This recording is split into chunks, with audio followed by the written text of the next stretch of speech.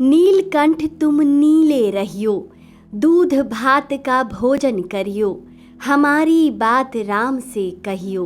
भले ही इस गीत में नीलकंठ पक्षी को प्रभु श्री राम का प्रतिनिधि कहा गया, जो हमारी बात प्रभु श्री राम या ईश्वर तक पहुंचाने का काम करता है।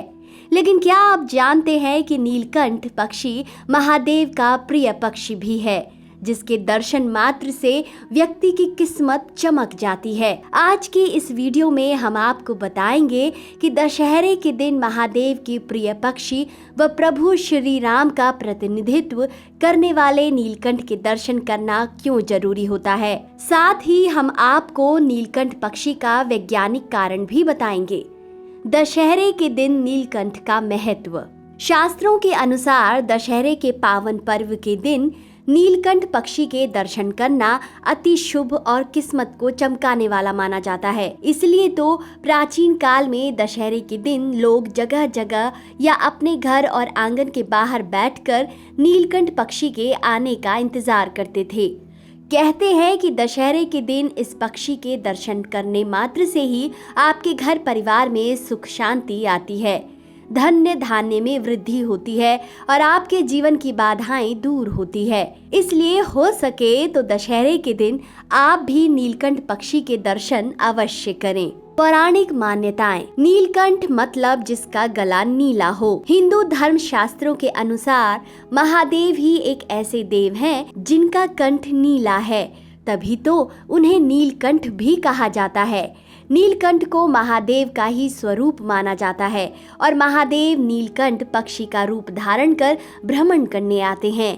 कहते हैं कि नीलकंठ पक्षी महादेव के प्रतिनिधि और स्वरूप के रूप में पृथ्वी पर मौजूद हैं।